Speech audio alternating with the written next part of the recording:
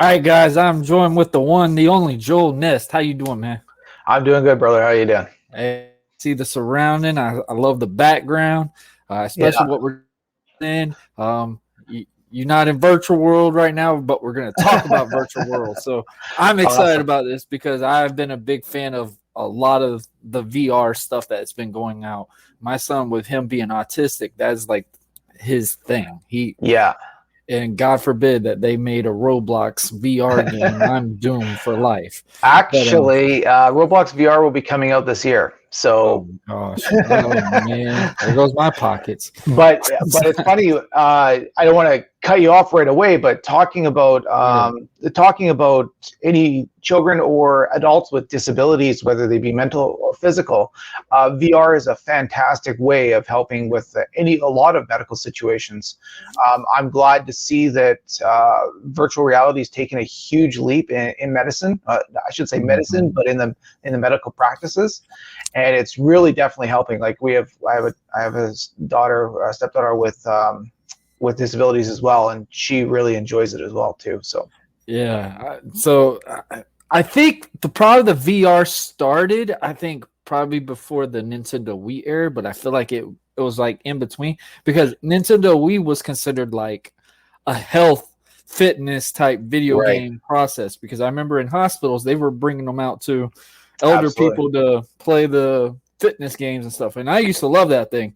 And until I found out the cheat code, hey, you ain't got to move all the time. Just move the wrist, yeah. I remember when I first played this thing, I was sweating profusively. I'm like, this is crazy, but it's awesome.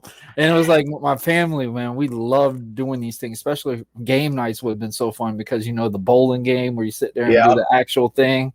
We had to make yeah. sure the space surrounding and stuff like that. So, and then now we got the VR, and VR has been.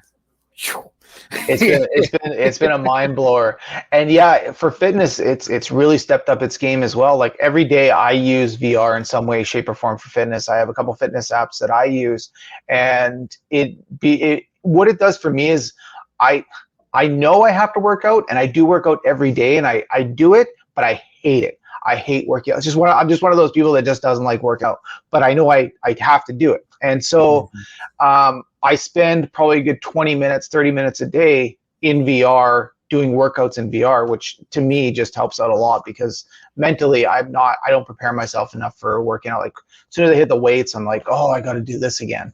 But when I'm in VR, it's just such an experience. It just changes your whole perspective of it. So, and time flies so much faster. Yeah, yeah, I agree. But I yeah, agree. I agree 100%.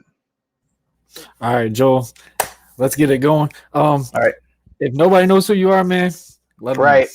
All right. So my name is Joel Nest. I've been doing security for the last 20 plus years. I think I'm coming up on 21 years.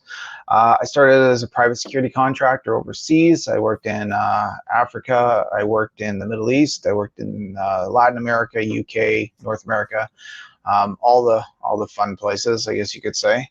And then about 10 years ago, I had my first son and just stayed home. And now I'm a chief operating officer of a security company here in Canada. And that's basically my quote unquote day job, which keeps me very, very busy. I'm a father of four, wife, house, all the white picket fence stuff that you can come along with it. And basically the rest is just my VR stuff is basically my side business, which is doing very well, which I'm really happy with, and it's fun. And I think, like we said earlier, it's more of a mental state for me because I deal with a lot of bad things. VR allows me to just kind of Escape it. unplug it, yeah, 100% decompress and get into my own little world and relax. So lately I have been selling decals for VR headsets and also accessories for them, especially specifically the Quest 2. And lately we've been doing game development, so that's another thing that we're getting into, starting to build our own studio. and a few other VR things just off the side. And as we talked about earlier, a lot of VR fail videos that I post. So yeah, so You it just have to show some. yeah, no, absolutely. And so just basically that. So I have my day job, and then I have the stuff that just keeps my brain occupied.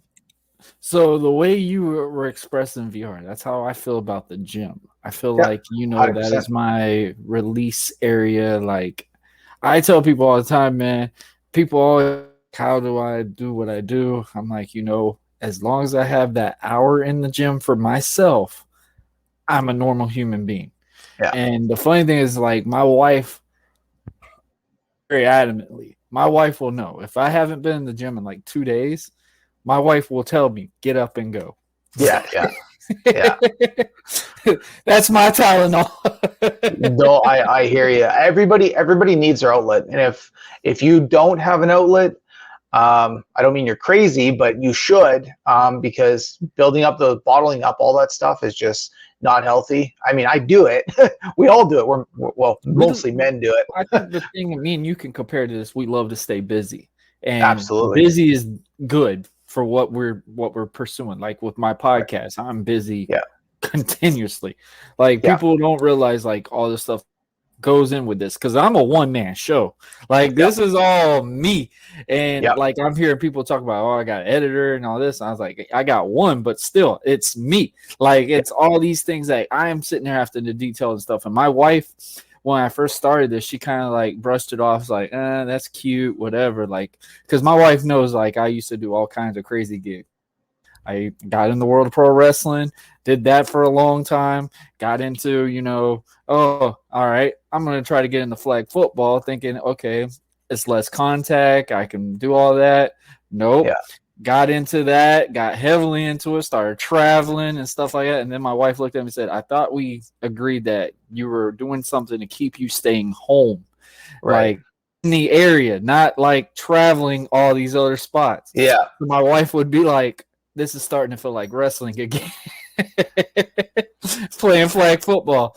And then COVID hit, and I decided I wanted to start a podcast. I had a lot of people, shout out to my boys, Proc, Jay, Too Strong, and freaking Hold My Beer Hansen. Like, I mean, these guys helped me get into this mindset to try to do something like this, and here we are, like 4 years now, and season 4, we're still going pretty daggum strong, and it's like how much it's transcended on so many things. So when you talk about your security gig, like how did all this get intact? Like how did the ordeal with you being in security get you to transition into VR?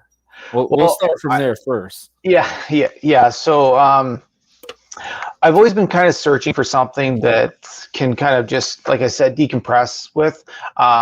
I'm a huge outdoor person. I love going hunting. Hunting's like my thing. Whether I get something or not, just being in the outdoors is like my That's thing. your gym.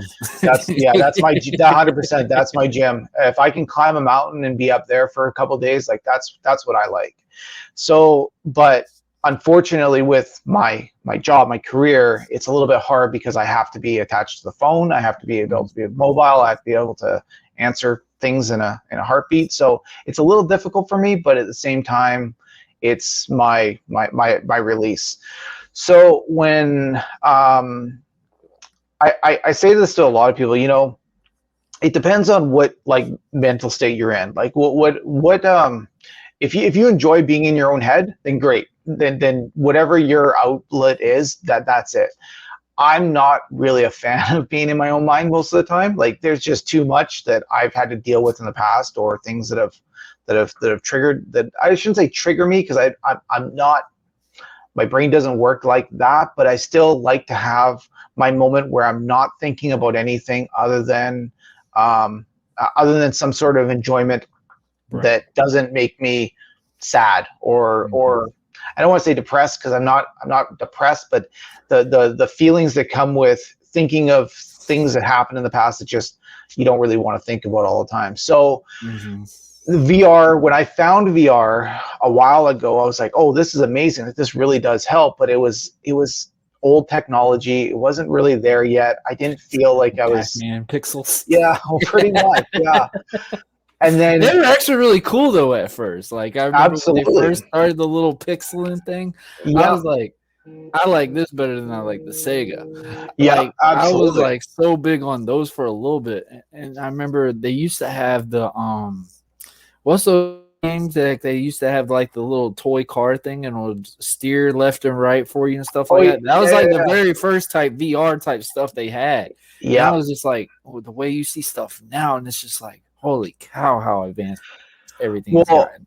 I know it now. Like the thing is like back in the day too, and I'm only talking about a few years ago, prior to the Oculus Quest and the new headset that's kind of taken over the market. But before that, the Oculus One, or even before that, they had like you'd put your phone in it, and it would be your phone, and that would get hot. My eyes would start like hurting. My head would get a headache instantly. Yeah, 100%. Your phone battery is dead within half an hour, if that. And so it was very difficult for me to really get into it. And then I started watching a bunch of other YouTubers and just kind of seeing where they're coming from. And then when I bought the first one, I bought it as a Christmas present for the family.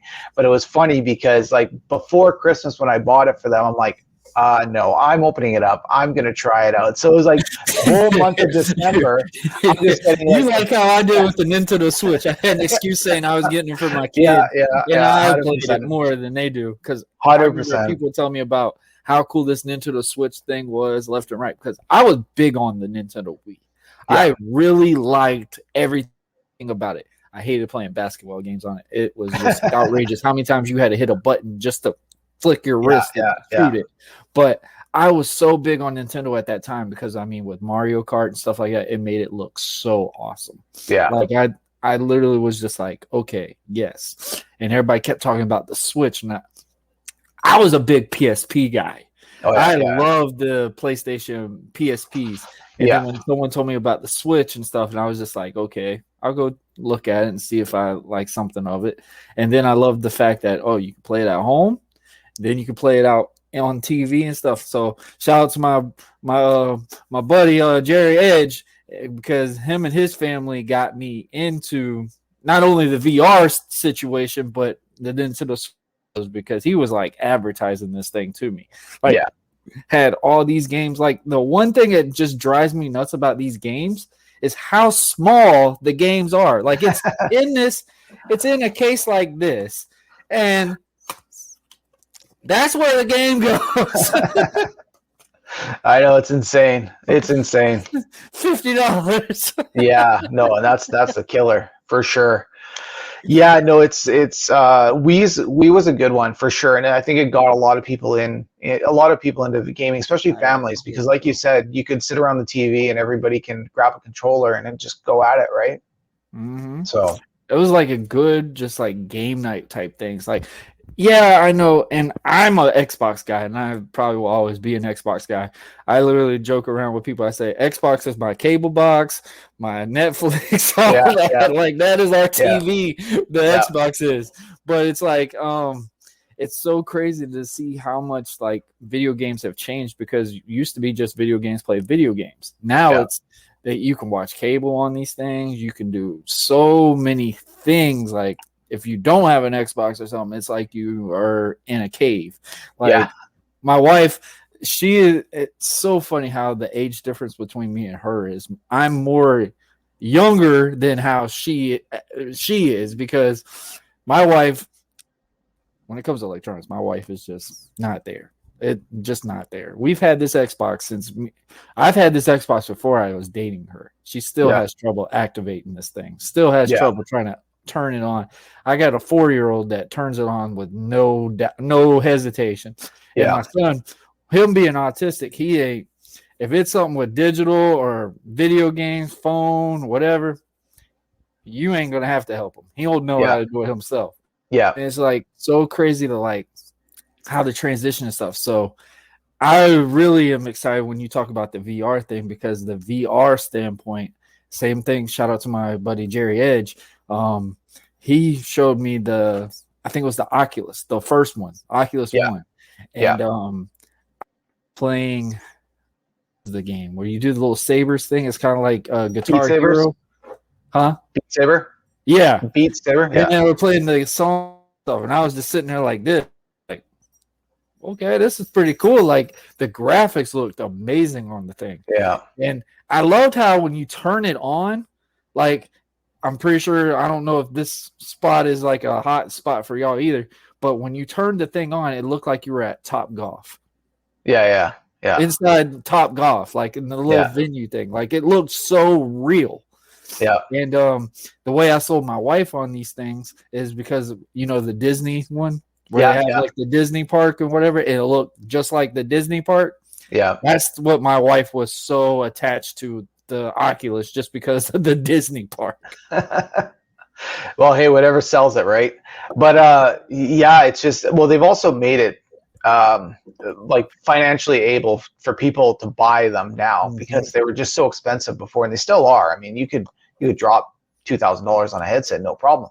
But with the new Oculus, the Quest 2s, where they're at about $500 lower price, that's made it a lot more affordable for people, where it's the same price.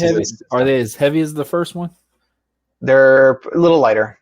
Okay. And then they have the Quest 3s coming out, and they've already put out the Quest Pro, which is an expensive one, but there's so many different varieties. We could talk hours about that. But I think that because Meta, Facebook, whatever you want to call it, they're going that avenue, they were able to really grab a lot of people with that product.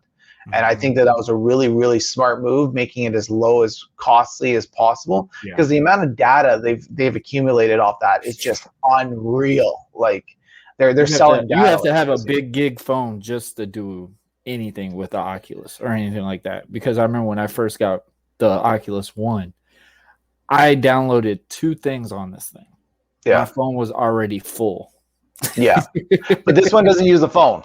The Quest 2 doesn't. The Quest 2 doesn't use the phone. It's just automatically. It's just put into the headset. It's all done inside there. But it's amazing how much, like I said, it's becoming more mainstream than it was before. Mm-hmm.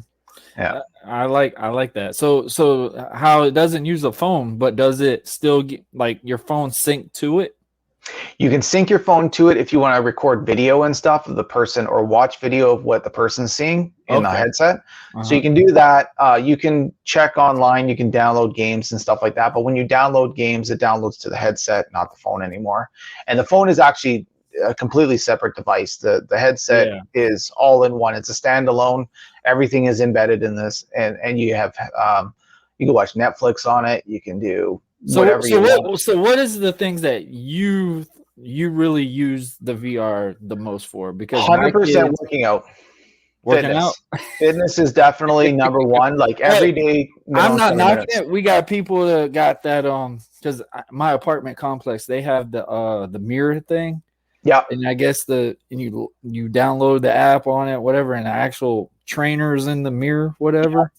And people use that thing and they're like, yeah, I got the best workout ever. I'm like, it's in your TV if you're going to do that. But it's the environment, right? It changes. Yeah. And I joke about it too, because I do think it's silly. but the thing is I can put my headset on, and for 20-25 minutes, I'm doing hard cardio workouts. Like I'm not stopping for 25 minutes. And is it all body weight? It's all body weight. So that's why I said I switch to the weights every day or so, or every second day or something like that. I'll switch to weights because I need to get still that weights in there, but it's all body weight within. You can do push-ups, you can do jumping jacks, you can do, it's a lot of, the punches and stuff like that. Kind of like the same as what you would say with Beat Sabers, except you don't have the sabers. Just moving your arms and just getting a workout that way. And a lot of squats. Fuck squats. I hate squats, but a lot of those.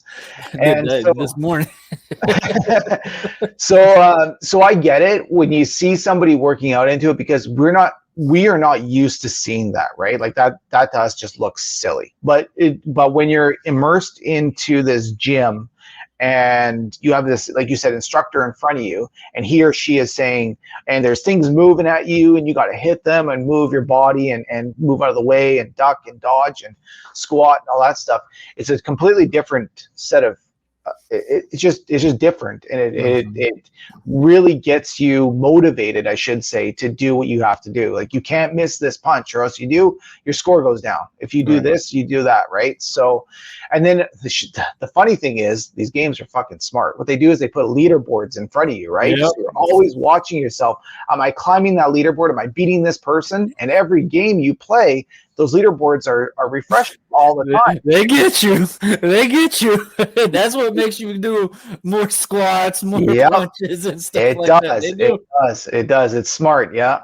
It's like ding, ding, ding, ding, and you're just going at it. But yeah, no, I totally get it, and I think that it's just a mindset of our generation where we're just like, we wouldn't expect that. Like, I didn't grow up with tablets and cell phones. That wasn't my thing. But nowadays, my kids, they ain't got something in their hand that's handheld anything. If like my wife and me joke about it, like, we have to have something charged every single time. If the tablet's dead, the Switch has got to be charged. We just bought my daughter the Nintendo Switch Lite. That's amazing. But the thing that sucks, it doesn't go in the dock thing to charge because it doesn't detach. It's just a handheld. Right. Yeah. And my daughter gets so mad because she sees her brothers, which I say it's her brothers, but when he's not here, it's the family Switch. And she likes how the screen just holds the screen. That's what she loves about the Switch. So she doesn't even like hers because it's like this. And she apart. She gets mad. She goes, "It broke. It broke." But it's like every single time we have to have something with a handheld for our kids. Like my son, like we were just joking about it. My son lives off of Roblox. I'm glad he's on Roblox now because Minecraft was costing me way too much money because I didn't pay attention to these things because I'm not thinking of anything like my kid's going to cost me $50 to $60 on a Minecraft game, which might I add, these guys are like little block looking characters. And my son paid $50 for a Woody skin and for an Andy room. And I looked at him and said, how'd this happen? He goes, "Well, I won them." I said, "How did you win them?" "I don't know. It said hit this button." And I said, "Yeah, cost me money." He goes, "But it said it was only $5. So what's $5, son?" "We okay, we got it." I'm like, oh, block. I said, "I hope you enjoy this Andy room." And I'm so glad he got out of Minecraft because it's cool how these games like really help him. And like I've seen him play Roblox. My son, the biggest thing with his autism, he reacts to fans. Like I cannot make this up. My son is a fan man. Like I call him fanboy because my son literally looks at fans. I will never have to worry about my son watching anything inappropriate or anything wrong unless fans are involved. My son will YouTube videos of fans all day.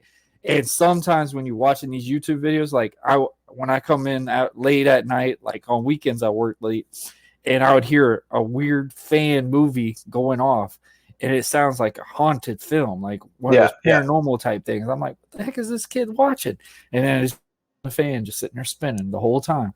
And it looks so creepy looking though, because my son was like, this fan was in this spot. He was in 1980 and stuff like that. My son is so educated when it comes to a fan.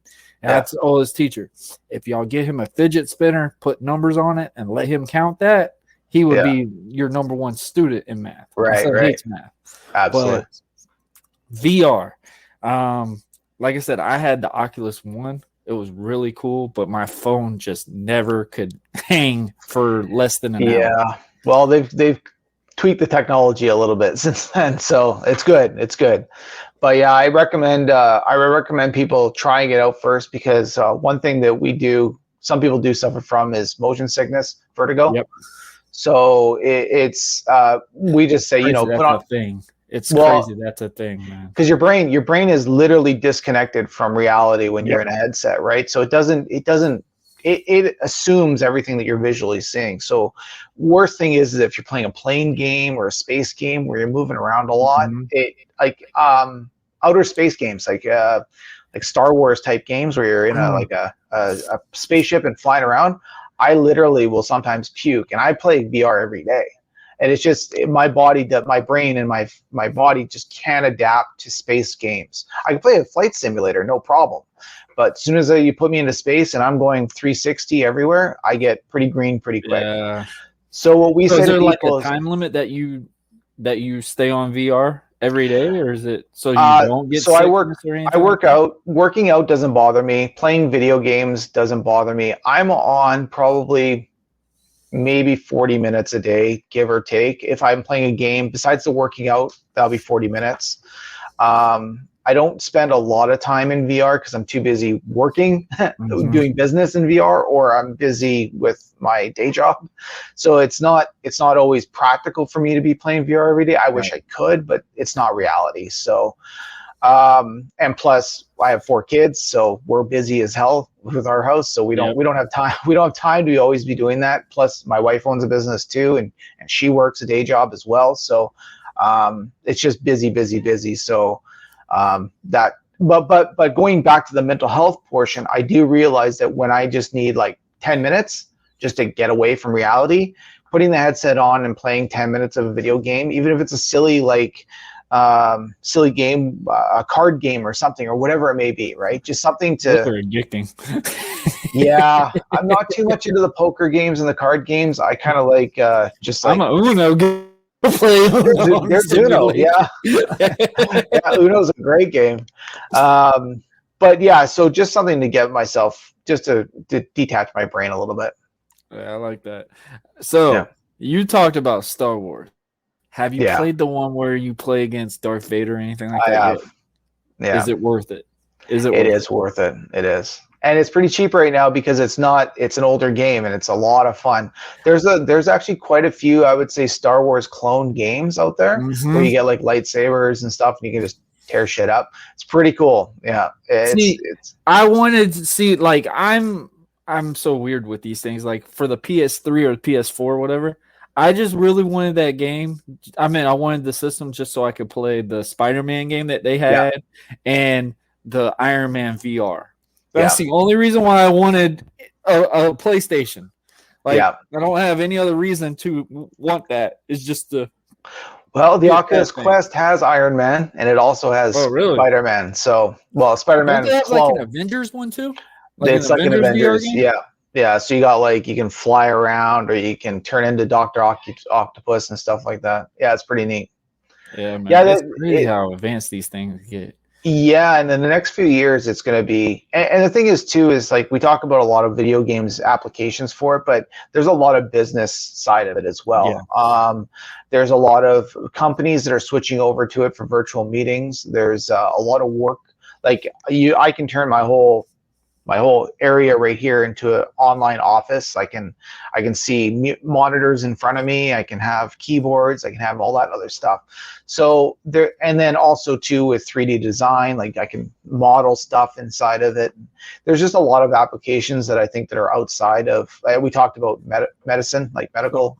I don't mean to cut you off. So I want to know. So how did you start a business regarding VR? Like, how did that even become the start? Because that is something really cool how you're talking about this thing. Like, how were you able to really go, I want to do this as a job. I want to get paid to do something regarding this. I want to make something out of this. Like, how did that transcend? So I have a lot of projects that I put on the go a lot, like yourself. I did do podcasting. Yeah, we all do. I did podcasting for a few years during the just before the pandemic, and I found it was a little busy for me. I had to, and then when the pandemic hit, my career field just took off. So I was just busy. I just couldn't. So again, not being inside your own head, but because if I'm busy at work, that's fine by me because I love working. I love doing what I do. Mm-hmm. And then when I got into VR, right away, my business mindset kicked in. It's like, okay, I really like doing this. I like making videos. I like doing YouTube stuff. I like telling people how, like educating people and stuff like that. I'm like, but there's too many people like that. There's too, like this, it's saturated. So how do I come up with something that nobody else is doing? And not just what nobody else is doing, because I mean, eventually somebody's already thought of one of the ideas. So so I thought of Decals. We were making shirts at the time. We were making stickers and stuff, and that's one of my wife's businesses. So I was like, well, maybe what the best way to do it is to make decals, because I'm like, decals are cool, and I could actually show you. So this is what they look like. Oh wow, yeah, that's pretty cool. And we sell these head straps too as well. But what I was saying was, so I thought of it, and I thought, well, I can do that, and I'd like to do that. So I just made a business out of that, and then that started doing well. And then I designed and bought into the strap portion of it, and ordered a bunch of those. And then we also have guns, like the triggers. I'm not sure where those are. Yeah, I thought those were the coolest things, because they remind me of like the old Nintendo. Remember the Duck Hunt game? That's so what. Like these, yeah. So we sell like these as well. Wii vibes right there. Oh, that looks pretty cool. Yeah, and so those goes on to the triggers. But what happened was, so I started that business, and I was really enjoying it. And right now it's doing really, really well, especially with the decals and the accessories. And I've always wanted to open up a game studio. I've been a game nerd for my whole life. I can't remember a time. Yeah, I can't remember a time when I wasn't playing Coleco or Atari or Nintendo or PlayStation or whatever it may be. And now I'm on board with you with Xbox. That's my second go-to. But like, so I got myself in. Yeah. So I got myself into game development, and recently we've been working on about 3 different games. So we're excited about those this year. Hopefully they'll be done. And that's basically the story. I mean, it's not that great of a story, but it's just something that I wanted to branch out to. And again, my business side of me just needed something to focus on as well. So something new. Get you revamped and more adapted, and more importantly, like something that you're passionate about. Absolutely. I tell people all the time, man, if you're passionate about something, that makes it easier for you to when I first did this, I didn't think of anything of it. I just thought, hey, try it out. Just like how I said I was going to do with wrestling. It fell in my lap, tried it out, got attached to it. Was like, hey, I'm getting good. I'm seeing these things on the newspaper. Oh, this guy ranked up high up already. I was in the top 100 in Florida my first year. So I was like, okay, we can't quit this now. Now you're stuck it in. But I want to actually, while we're talking about wrestling, I want to ask you something. I have a question for you. Go ahead. And it's been a very touchy subject with a lot of people who enjoy wrestling. What do you think of Paul in wrestling? Jake Paul. Which Paul? Jake Paul. Jake Paul. You mean Logan Paul? Oh, Logan Paul. Sorry, Logan Paul. What do you think of Logan Paul in wrestling? I don't like Jake Paul, but Logan Paul, he's a superstar, man. Like, he's a legit entertainer. This is coming from a guy that's done the ropes, indie guy and stuff. And some people, it rubs off the wrong way. Like, hey, this guy just got a hand out and he's succeeded. And he's doing his thing. He's done 4 matches, and you've been talking about every single match that he's done. Now, the only thing I had a problem with, and I think he's starting to realize the reality of wrestling, is this is not easy on your body. Like, he's done box and all these things, and he's starting to realize like what respect is in this business, because he can't be that that Logan Paul that he's been on YouTube and all this stuff. Yeah. Like, he has to be legit committed to doing these things. And yes, his matches have been phenomenal, and he's went over his match over a month and a half to get his matches perfected. I'm not critiquing him on that, because that's what I did when I first came in. Like, I didn't get my first match from my wrestling school until like almost 8 months.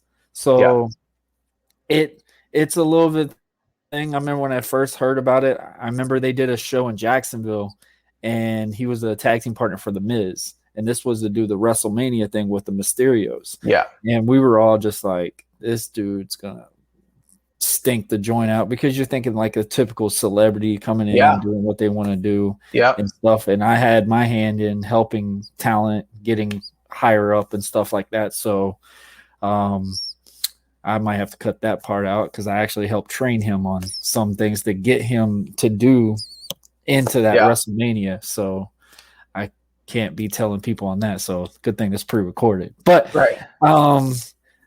he's been doing his thing, and I cannot complain about it. So I've heard people complain. As big as he is, Duke can go. Yeah, no, and I think that's where the respect comes in for sure. But I think there's two folds. I would like to work him. I mean, I'm being honest with you. I would love to have actually done a full-on show with him. Like I've trained a little bit with him and stuff like that, and he was nervous, but he had that cockiness at the same time. Like he came in there thinking he was above everyone. I mean, he's been trained by Shawn Michaels. He's been trained by, so many of the guys that my category would sit here and go, oh man, I'm trained by the absolute best. Like, you couldn't go wrong. If you couldn't get the steps down from that person and to that person, this ain't for you. And for the stuff that he has done and brought to this business, like he's bringing a market. Like he has one of the best podcasts out here, Impulsive. And that audience now is coming into the WWE banner to watch him perform in the lights. Do you think that's why the WWE reached out to him and him vice versa? See, WWE's been wanting to give a lot of opportunity to a lot of people, and this is something that gets knocked on WWE, and I think it's the smartest thing that they've ever done because when WWE first started, they were only in New York. They were only one base thing. Vince Sr. literally was one territory. There were so many territories back in the day, which still rubs some promotions wrong the way still, but there was territories back in the day. Vince said, we can make this a global phenomenon. And you saw celebrities going to the shows. You saw these things. You don't see those on the indies. And for a long time, people didn't know what independent wrestling was. Like it was just a one bubble. Wrestling's coming, WWE's here. So you could be going to an independent show, but you're thinking WWE because that's the only thing you see on TV. And then you got WCW, and obviously it ramped up a little bit more. And now this era, independent wrestling, I feel like has got the limelight as much as the wrestling TV. So there's so many different ways to answer that question on that thing. I mean, do I respect Logan Paul for coming in there and doing what he's doing? Yes. I mean, I've said this numerous times. I like to critique a lot of things, and people agree and disagree at the same time, but they want to hear my opinion regarding wrestling, which is funny. And then they get mad when I don't agree to what their genre is, especially when I talk about AEW. People just flip out on that one. But it's like he comes humbled and has not disrespected anything regarding this business. I feel like he's making it better in ways because he's giving a newer audience approach to this. WWE's been doing this for a long time. I mean, you've got celebrities been there. I mean, Donald Trump's been in the freaking ring. I mean, isn't Triple H trying to get The Rock to come back?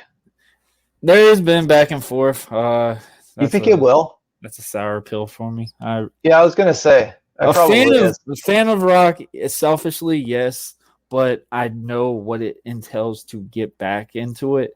Yes, The Rock looks freaking great. I mean, looks like $1 million, but there is a difference between shape and being in shape. Absolutely. And that's something, if anybody's watched my episodes and stuff, that's why I was hesitant to get back in the ring when after I had my injury and I was done. I said I was done.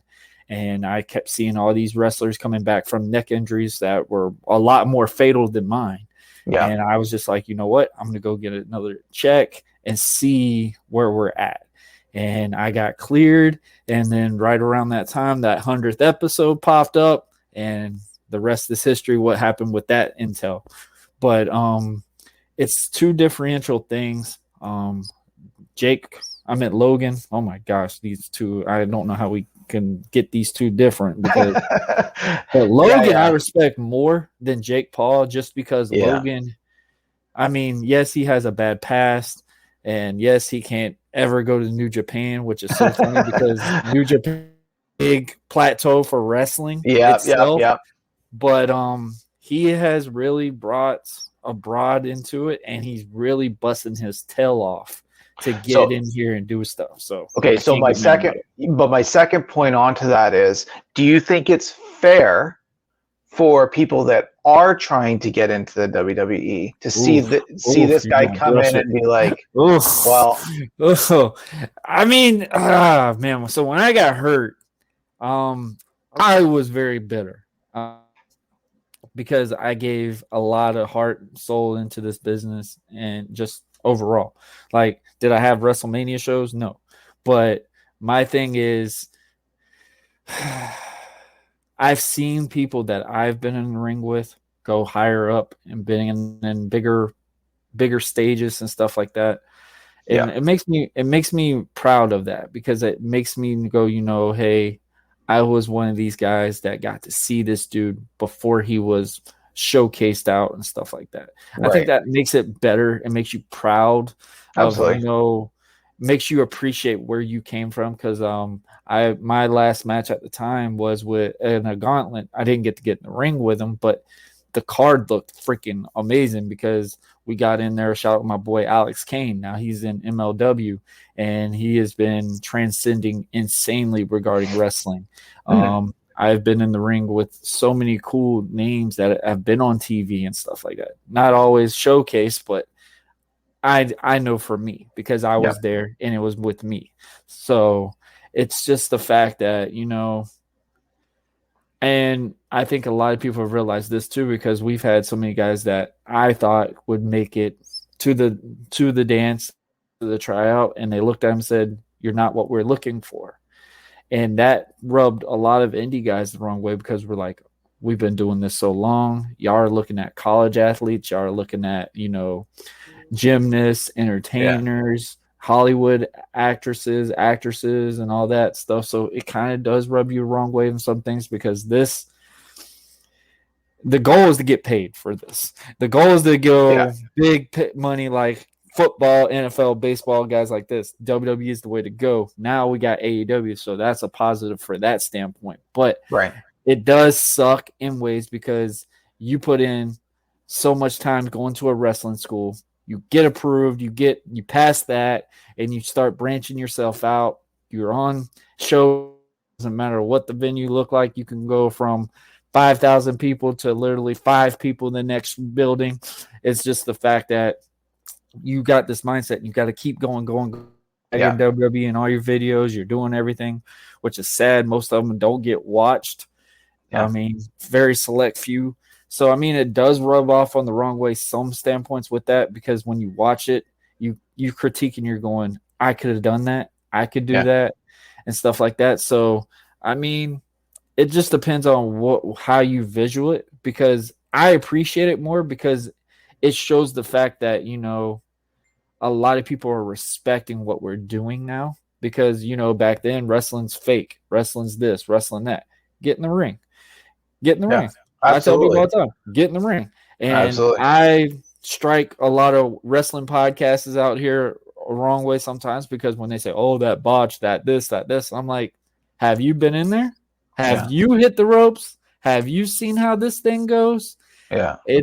It's a whole different animal. Like and everybody's like, oh, it's usually pre-rehearsed and stuff. I said, it's a good thing it's pre-rehearsed because sad thing is that pre-rehearsal, I remember numerous times I had a match my first year. I had matches where we would go in the back. We would do spot for spot, whatever. I get out in the ring. I totally forgot everything. Yeah. Everything. I remember there was one show. We just came back in my area. We got to wrestle in my old high school. And it was a big match. It was my first title match, whatever. We've been going over this match for like a month and a half. And we go in there. It is so loud in that venue.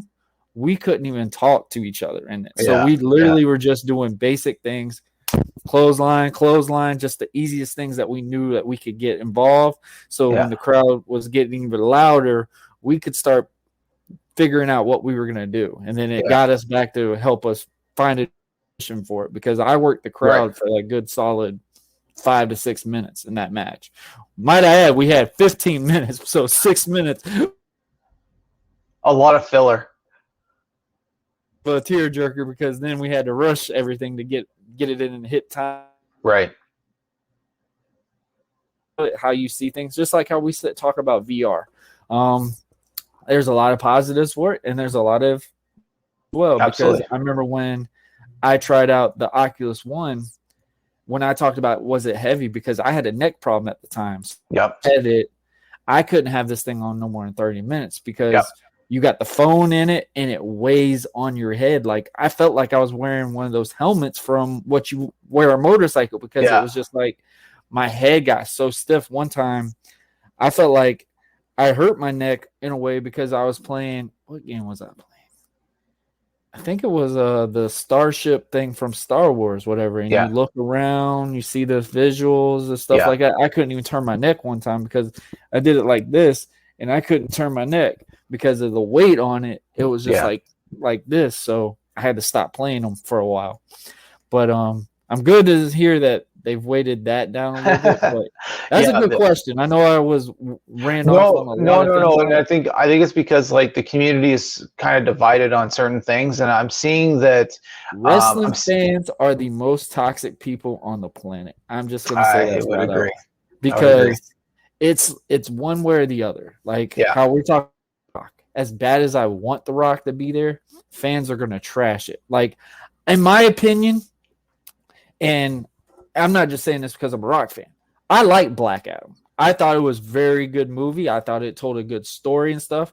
So I'm thinking like, man, he really brought DC back. Yeah. And then when I go and watch, and then I go and see these reviews and stuff like that, I got real bad at that at first, because I was just like, I want to see these reviews. Like I did this episode, like I did the podcast, and I'm sitting there constantly looking at the views, looking at everything, because I got spoiled at first. When my first episode, which it was, I've listened to it now, it was terrible, but at the time it looked great. It was awesome. I was over 200 views my first day, and it's just crazy because I constantly looked at these views every time. So like if the views weren't hitting back up at that time, I'm sitting there like, okay, what did I do wrong? What did I do this? Like I'd panic. So I've been focused on, positives, celebrate the small things. Don't worry about all the crazy things in the bottom. So I would watch the reviews on the Black Adam film because I was really curious if Rock really helped DC, because I was entertained by it. I loved the whole scenario. It sucked that they tried to CGI him at one place because he was trying to look. They tried to make Rock look like this. I know that kind of looked abnormal, but when he was a kid or something, I can remember that. Yeah, before he got the Shazam part, before he turned into him, he was like this, and I thought it was pretty funny how they CGI'd his face on like the small man's body. I thought that was funny. But it was entertaining. The movie was good. It was a different approach to a superhero. Like a lot of people were mad that they made Black Adam an anti-hero. I'm like, isn't that how you want to make this film? Like, that's how I thought it was. And then when you see these reviews, oh, this was one of the worst ones. This, I'm like,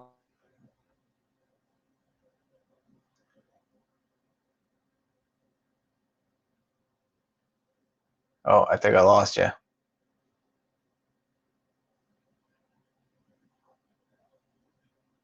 Oh, maybe I did.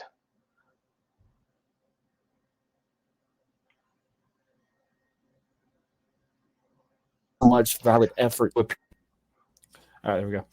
I was sketchy with Pierce Bronson. I lost you for about 30 seconds there. Yeah, you're good. Like I said, pre-recorded, we won't even notice this. But I was curious about Pierce Bronson as being a superhero in the film. In my opinion, he stole it. Like he stole the show, in my opinion. Like I thought it was really good. And it was like all the characters, like I joke about, I use a reference like Cobra Kai a lot. You want to watch the old characters, and I feel like this is how wrestling is now too. You want to watch these old characters. You want to watch the old people that you grew up with, because there's that's how we connect or watch this product. Yeah.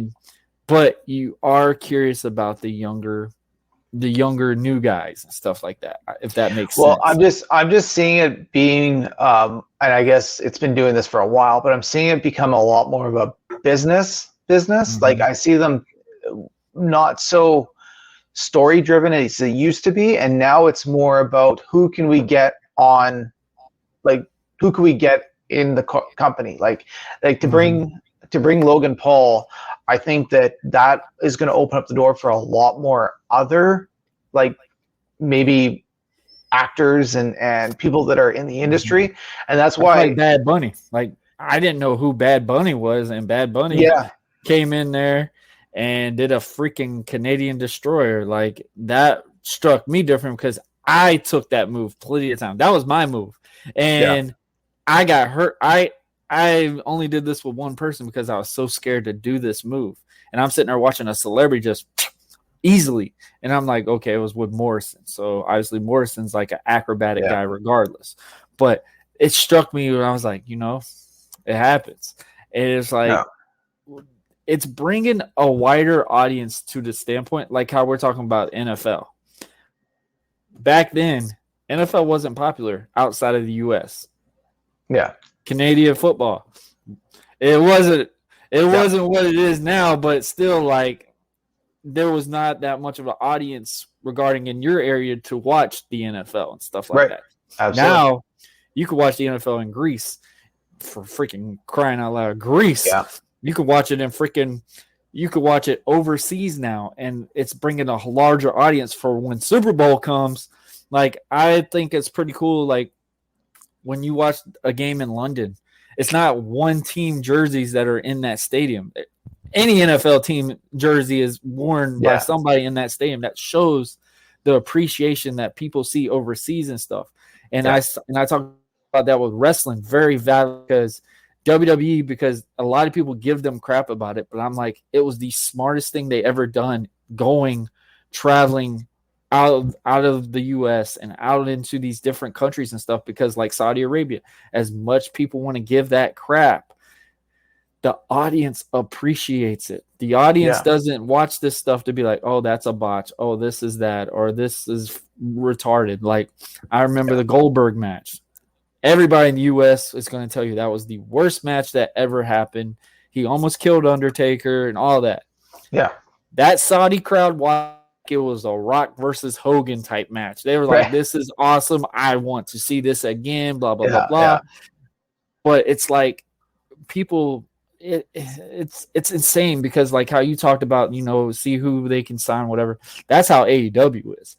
AEW is looking at just signing guys. Oh, we just bought Ring of Honor. Oh, we just partnered in with New Japan. Oh, we just done this. And I'm like, you're going to burn yourself out. You're going to piss your homegrown talent off, and that's what's going to happen.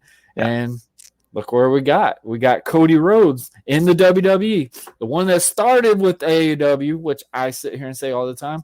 If Cody Rhodes wasn't there, AEW wouldn't be here. And now Vince never said a thing, never shot on AEW, brought Cody Rhodes to the dance at WrestleMania, made this man become a global phenomenon, made him really this person.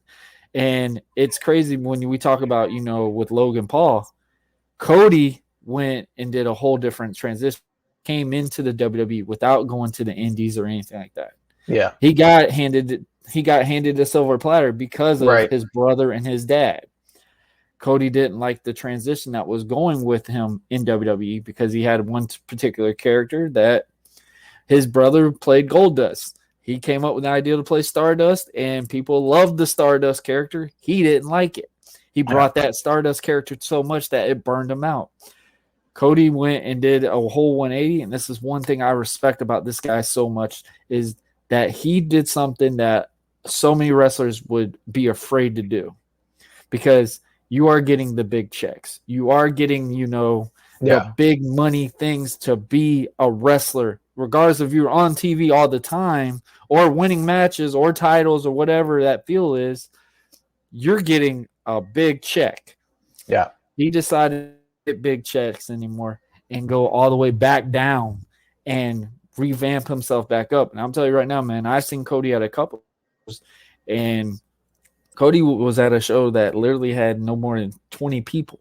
It was like in a barn type look area. Yeah. That shows you how appreciated he was to this business, because he could have flat out said, hey, I'm an old WWE guy. 1,500 people is my minimum. Minimum that I will agree to come to a show and whatever. And he would wrestle every single show like how he did in WWE every single night. Right. Bell to bell, moonsaults, all that, which I thought some of the stuff he did was crazy, but that's Cody Rhodes. He did his thing. He went up, and it's just like, Rumble. Spoiler alert, everybody. Seeing that Rumble and Cody winning that thing, I was a little bitter at first because I was like, why is he coming at number 30? You want the fans to get behind him. He needs to chase it so they feel like he earned it. Yeah. And then he went in there with Gunther, and Gunther just beat the living tar out of Cody to win this match. It was just a bittersweet thing, because like so many guys that are from the indies can relate to Cody, regardless if he was handed the silver platter. He came down and brought everything back up. He brought another company to go with WWE for a while.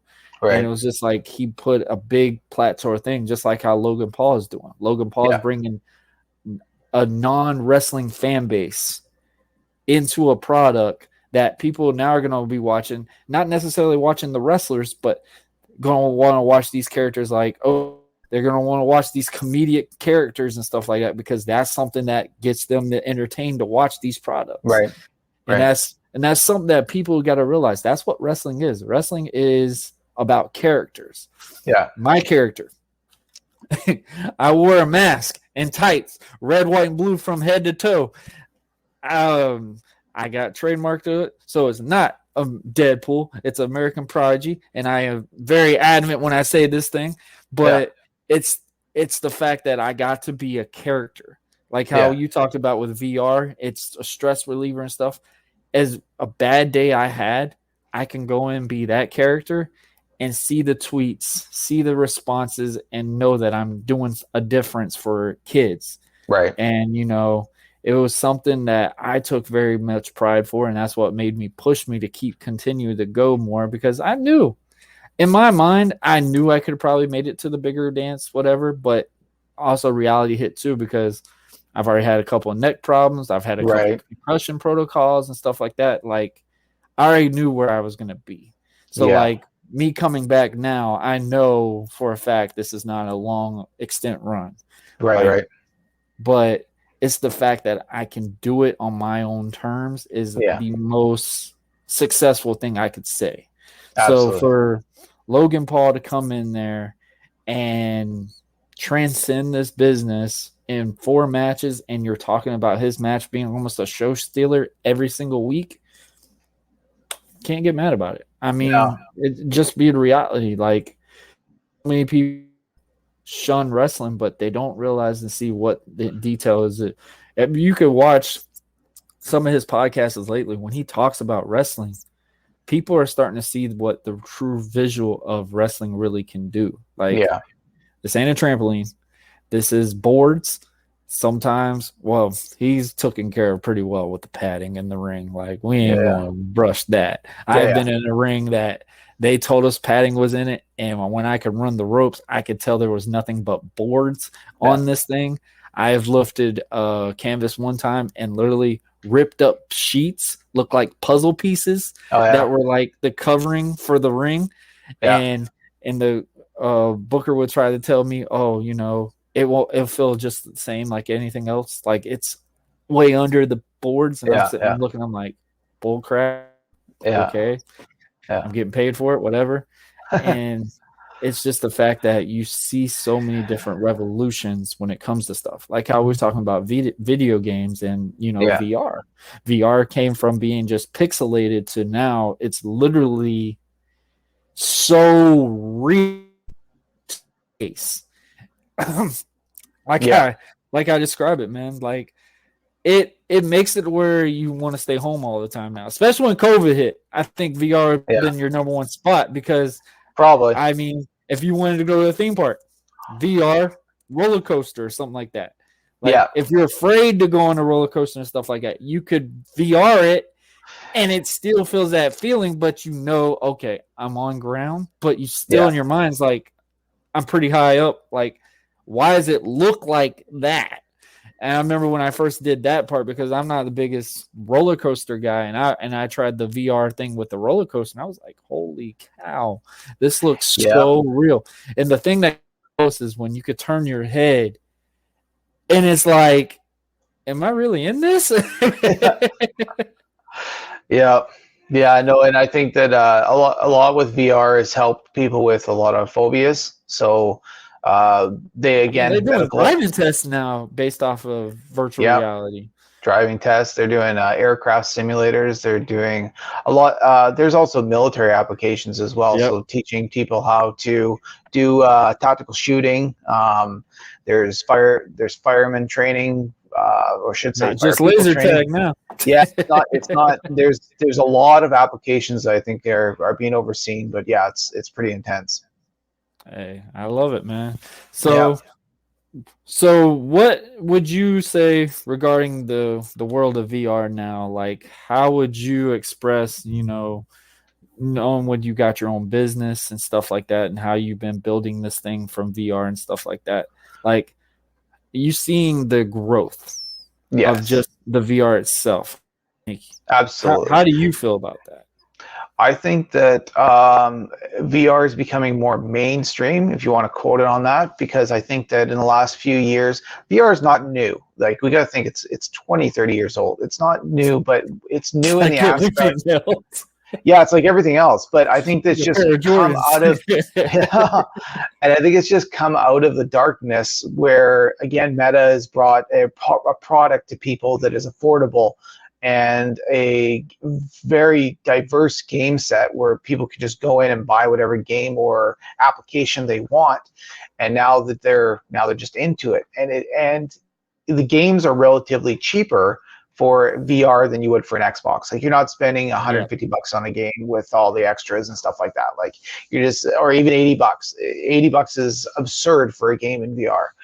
So again, you're still spending $20 to $30 on a game where you can get that immersion from. And I think that that's where people really get it. But the problem is, again, is the uncomfortable feeling that a lot of new people in VR get, where they experience it for the first time and they feel triggered by it, and they think that is the way I'm going to feel every time. Well, no, you just need to, your brain just needs to develop the difference between reality and what they're seeing in VR. So, but I think in the next 5 years, you're going to see a complete shift, and I think that it's going to become way more mainstream than anything that we've seen yet. I think it's taking its turn in the video game categories right now. And I think that once some larger video game players, I guess streamers you want to call them, or influencers, start playing with VR, it's going to really take over the market. I feel like, with movies and stuff, like I would use the example, like, you remember when DVDs first came out? Like, that was like so changing.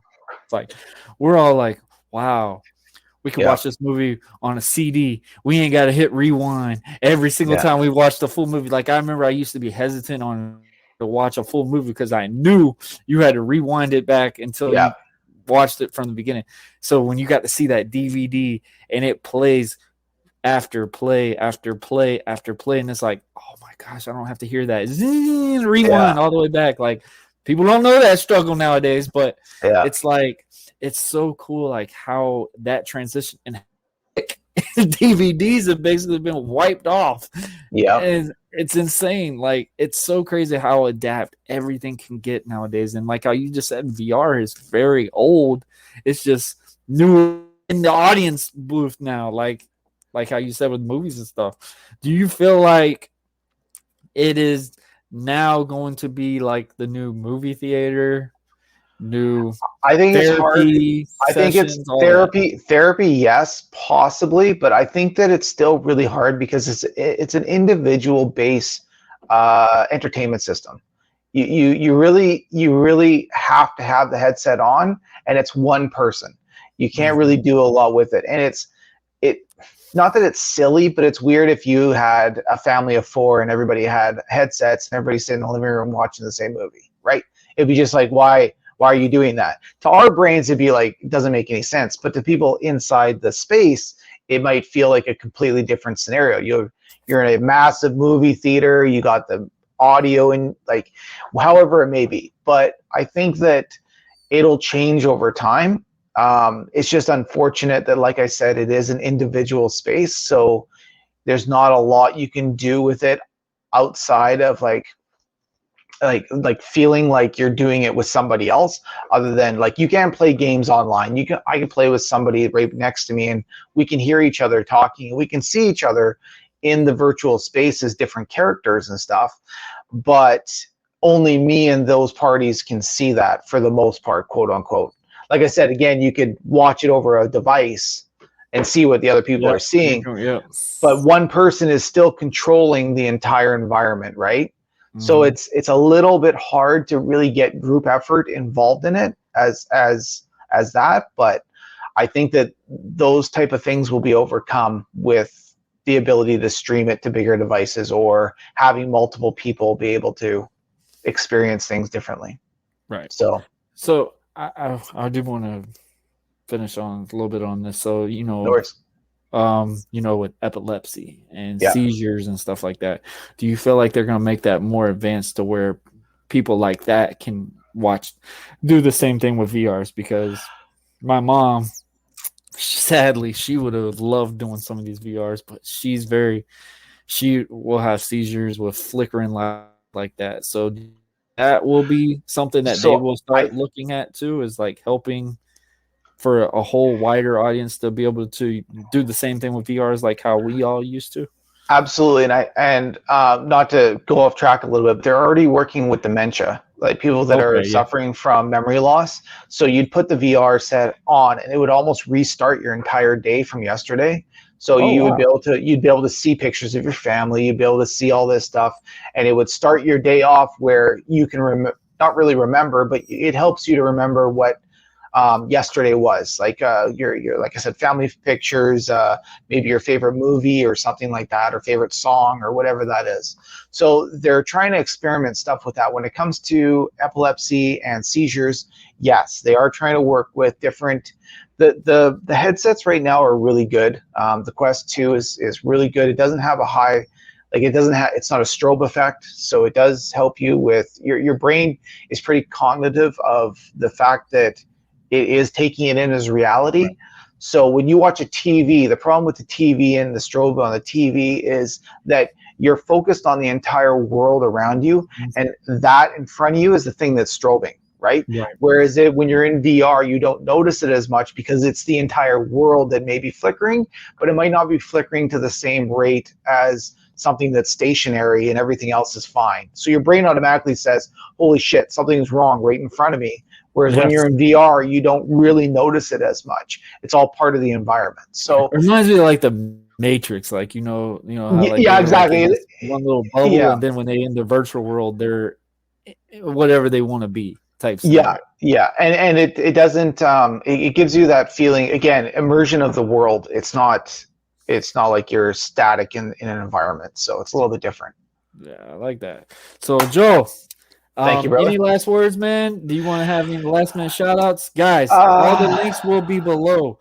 We will definitely have to get some of those videos out too. When we do this episode. No, thank you very much for having me on. I don't have any really last words. Just thank you very much. I appreciate it. Glad talking to you. I love hearing about wrestling because I don't talk about it much with people. So it's good to hear your thoughts on that. And everybody out there, we do a lot of VR stuff, but realistically, it is a good environment if you know how to safely interact with it. And if you need anything, we're always here. So cheers again. Appreciate it, brother. Absolutely, Joel. Guys, check out the links below. Check out Ruck Up BR. Joel, thank you. Thanks. The videos that you be sending on social media are hilarious. A word of advice for everyone: if you got kids, don't play a boxing game. Just not on VR. And if you know the kids are like always around you, whatever, don't play 100%. Don't play the boxing game.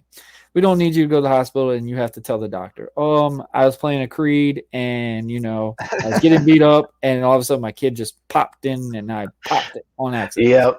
Yep. Don't do that. But thank you, Joel. I hope you. you have a great rest of your day. You as well. Once again, thank you again, man. Thank you.